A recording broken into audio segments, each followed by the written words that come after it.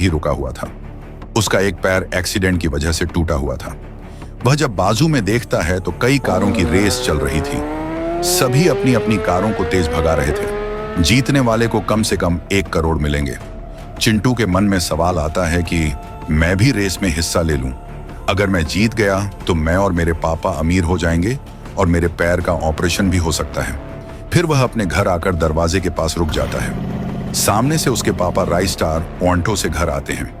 राइस्टार onto रोककर चिंटू के सामने आते हैं और पूछते हैं, बेटा क्या हुआ, तुम ऐसे क्यों रुके हो? चिंटू रोकर बोलता है, हम भी कार की रेस करेंगे और जीतेंगे। जीतने वाले को 1 करोड़ मिलेगा।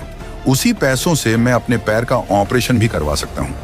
यह सुनकर राइस्टार बोलते हैं, बेटा पर हमारे पास तो कार ही नहीं है, हम कार कहाँ से लाएं? फिर चिंटू बोलता है, पापा अपनी ऑटो को बेचकर हम कार ला सकते हैं।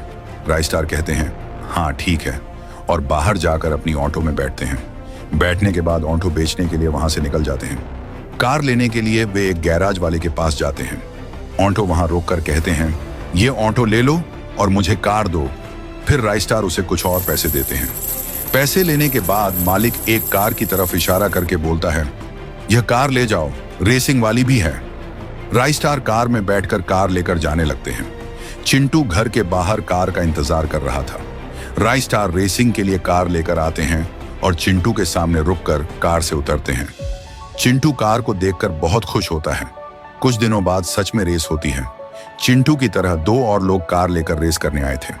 राइस्टार बच्चे को रोककर बोलते हैं, बेटा मैं कैसे रेस जीतूंगा, हमारी कार सस्ती है, उनकी कार बहुत अच्छी और महंगी है, लेकिन अगर जीत गया तो तेरे पैर का ऑपरेशन करवा दूंगा। कार वाले यानी अज्जू भाई को इन पर बहुत दया आती है। उनके बाजू वाली कार का मालिक व्हाइट ट्रिपल चिंटू को देखकर हंसते हुए कहता है, यहाँ बड़े आदमियों की पैंट गीली हो जाती है और अब बूढ़े रेस करेंगे।